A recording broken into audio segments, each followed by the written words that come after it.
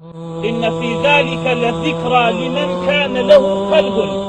أو ألقى السمع وهو شهيد. ذكرى لمن كان له قلب أو ألقى السمع وهو شهيد. حياء شرم لدينا، الحياء من الإيمان. حياء لدينا هيدا مسلمان شرمي هبيت بزانك شي قصدكي شلون قصدكي هل سكوت شلون عورتي خود بشاروا مالو مدال بشاروا اقدار با خل لك دار نكيت جلو برجي لبر نكي كوابي خلق بيد بكنيت قصو باسي نكي خلق غلطت بيبكا خد ناشرين مكة حياء لإيمانه تواضع خو بك مزانين متكبر مبا نرمونيان با ولي بردنت هبيه كسكي سنجين وقرص با محاسبه نفسي خود بك اقدار قصه كانت با اقدار كذا وكانت با هموشتي مري هموشتي مكة بو همو مجلسي مرو اقداري رجولته مرؤتي خطبه قالتي نكي بي لك دار بيت دزبازي نكي قصو باسي نكي كوا عيبه بيو نقصاني بي بو شخصيتك دزبازي كردن قالتا كردني بتايبتي اگر انسان بي ناشرين بي دور بلوانا بديني خوا بي وسبه قناعات ذهبيت بو بشكي خوا بي داويد كاسبيكت حلال بيت بدوي حلال برو باكمش بي باق بيت لكسابتي حرام دور با لمالي حرام بدور با جا خوش يستان علي كوري ابي طالب رزاي خول بدا فرميه حسن الخلق في 3 خصال دا فرميه روش جواني لم خصي خلطه دايا اجتناب المحارم دور بي اللي حرام كراوه كان اوانيك حرام اللي بدور بيت وطلب الحلال بدوي حلاله بقريت حلال ور بقرا والتوسعه على العيال دس والا بيتو خير من سخيبي لقال من دالكان دو اني خوار دسي خوتن حيفا وعيب انسان رجيلو درج بيت مالو من دالي برسيني خيزاني تشاوي لسي خلشي بيت كهشتا عيب انسان كخوا بيدا بيتو بقرب ملاولا تكي مالان ورق بقريت خوا بيدا نعمتي خوا بسرت وديار بيت وحسن بصري رحمتي خوالي بدا فرميه حسن الخلق الكرم والبذلة والاحتمال روش برزي بريتيل له سخاء وبخشنديتي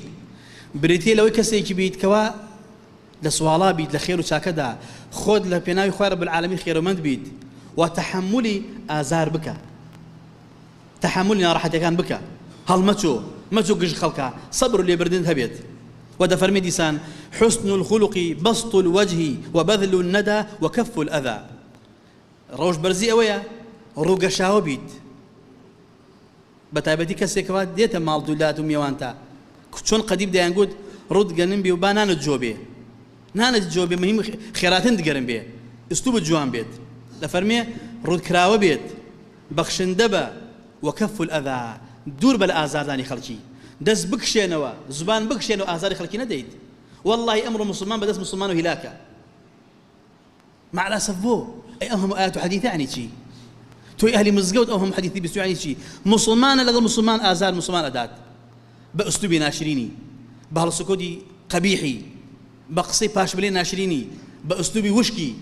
شو اللي كوبر ورد بيتو لكام دين خوندوتا لكام مدرسة خوندوتا مدرسة إسلام أو تينية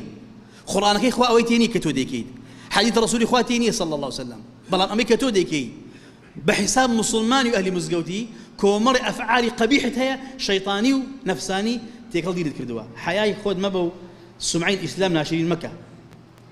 أجا دينداري براسي ديندار با والله أمر مسلمان ما ندو دكات مسلمان الجيراني خوي عزيز دا براي خوي عزيز دا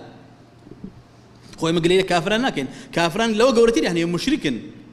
بتبرسوا شخص برستن قمران إيه مقليل قورت المال يعني هي بلا مسلمان للروش برزي ودورو نقصان كم كوري زورا محمد كوري نصر دي فرمو قال بعض أهل العلم حسن الخلق كظم الغيظ لله وإظهار الطلاقة والبشر والبشر إلا للمبتدع والفاجر والعفو عن الزالين إلا تأديبا أو إقامة لحد وكف الأذى عن كل مسلم ومعاهد إلا تغييرا لمنكر أو أخذا بمظلمة لمظلوم من غير تعد ما شاء الله ده فرميه روش برزي أوي الرقي خود بخوروا قصيك الناشرين في وتراوا موقف الناشرين لقل نواندويت ما تشو درقاي خلق ما تشو جان خلق شد قورا مكروا كيشا قورا مكروا لبر خاطر خوا ورقب خوروا لبر خاطر خوا تعالى بخوروا باشان رد قشاوة بيت إلا برامبر مبتدع وفاجر نبيت مبتدع وفاجر نابي لقال بيب كان يرد قشابي لقال أنا أو أنا شو كده بيه بليان تربي بو ده فرمي لبرشي لبر أوي بوي بقرنا ولا جناها يانو يشتا تربو لكن تولوان رحمة أبو أوان رد قشاوبي إلا لقال مبتدع نبيت يعني كسي فاجر وفاسق تاوان جناه دك بدمي وبيا مكانه زرد خنا من وينا لي برده بلا برامر كسي كغلط أكاد إلا مقرب وتأديب كسي كغلطك أو بدمي بينا كني هجري دك السلام لنا كيد بو تأديبي دكم باجارك يدل أو غلطنا كاتوا جارت البا أشكال فاسقين كاد يا مقر إقامي حد بيت إقامي حد شرم لكسناك كل خود بباوشي خود بيه أجر دلا دستو ده بإقامي حد يخواب كيد ده فرميه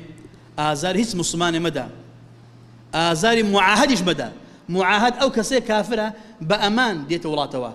دولة الرئة دا بيت ولاتوا ما دام عهدوا بيمان لبيمانها هي نبي آزاري تا لولاتي تويا بيت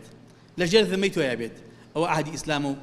نكسي بدولاتك تبجي بلماري بلي كافرة أو خلا خراينا هاتوا لري حكمته هاتوا لما تاردا بزيوا إجازة دراوا تو شون تداخل لكيدو دزريجي أكيد ري بيدرا معاهدة رسول خالي هركس يخويني برجيه بون بهشناكات با كافرش بيت چونكي عهد ما دابي أمان ما دابي جناه لبان أمان تو بيكوجيت ودسي بو بدريش كيت إسلام خاون وعده ده فرميه إلا مقر كسي منكرب كا آزاري ديت من ذلك كسي كد خرابي كردوا